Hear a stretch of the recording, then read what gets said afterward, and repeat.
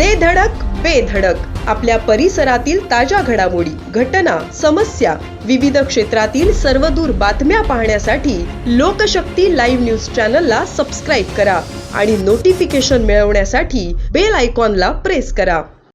नवी मुंबईच्या घनसोली परिसरात मॉर्निंग वॉक आटोपून घरी परतणाऱ्या एका 54 वर्षीय महिलेच्या गळ्यातील सोन्याची चेन भर रस्त्यात खेचून पळणाऱ्या 2 सराईत गुन्हेगारांच्या मुसक्या रबाळे पोलिसांनी आवळल्या आहेत.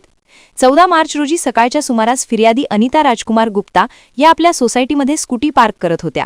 त्याचवेळी पाठीमागून आलेल्या अज्ञात इसमाने त्यांच्या गळ्यातील 1,25,000 रुपये किमतीची सोन्याची चेन जबरीने खेचली आणि दुचाकीवरून पळ काढला होता.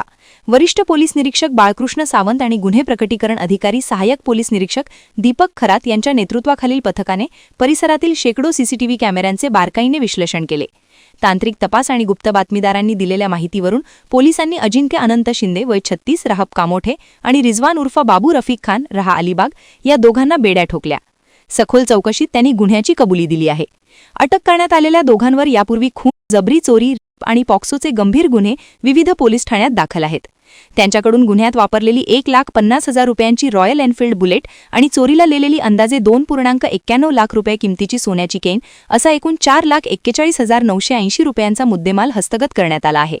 दरम्यान चोरीचे सोने विकत घेण्याच्या संशयावरून अलिबाग येथील सत्यवान तमखडे आणि रुपेश पाटील या 2 ज्वेलर्सना पोलिसांनी नोटीस बजावण्यात आली आहे.